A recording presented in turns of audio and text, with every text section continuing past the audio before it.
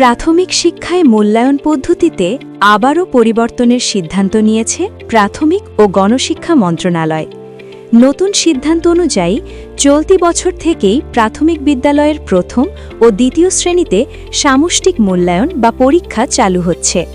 2023 সালে নতুন শিক্ষাক্রম বাস্তবায়নের পর এই দুই শ্রেণীতে পরীক্ষা বাদ দিয়ে শুধু ধারাবাহিক মূল্যায়ন চালু করা হয়েছিল।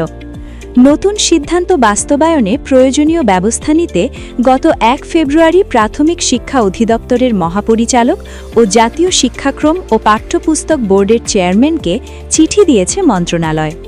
গত 26 জানুয়ারি অনুষ্ঠিত এক সভায় 2026 শিক্ষাবর্ষ থেকে পরিমার্জিত মূল্যায়ন নির্দেশিকা বাস্তবায়নের সিদ্ধান্ত হয়।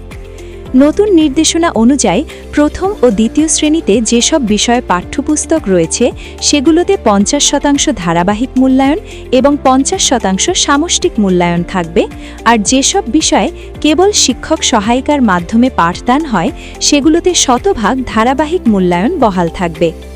একইভাবে তৃতীয় থেকে পঞ্চম শ্রেণীতে পাঠ্যপুস্তক ভিত্তিক বিষয়ে 30% ধারাবাহিক এবং 70% সামষ্টিক মূল্যায়ন চালু হবে। সহপাঠ বিষয়গুলোতে 100% ধারাবাহিক মূল্যায়নই থাকবে।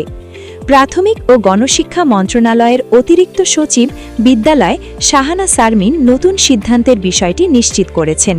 তবে ছোট শিশুদের ওপর পরীক্ষার চাপ বাড়ানো কতটা যৌক্তিক সে প্রশ্ন তুলেছেন শিক্ষাবিদরা।